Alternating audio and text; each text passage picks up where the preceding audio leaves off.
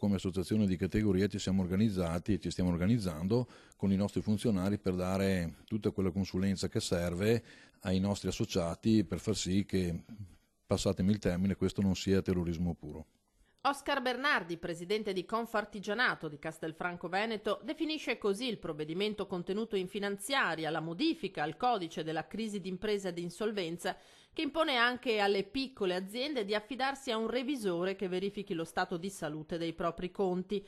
I parametri sono stati rivisti e coinvolgono molte più realtà. La quota dell'attivo dello stato patrimoniale è stata abbassata da 4 a 2 milioni di euro. Solo nel mandamento castellano sono quasi 200 le attività produttive coinvolte.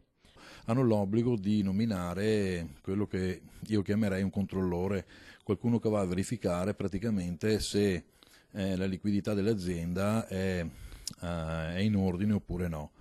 È chiaro che questo è un costo per l'azienda, che ormai siamo anche troppo oppressi da questi continui nuovi balzelli che comunque gravano sempre sulla poca liquidità, sulla poca possibilità di investire che hanno le nostre aziende.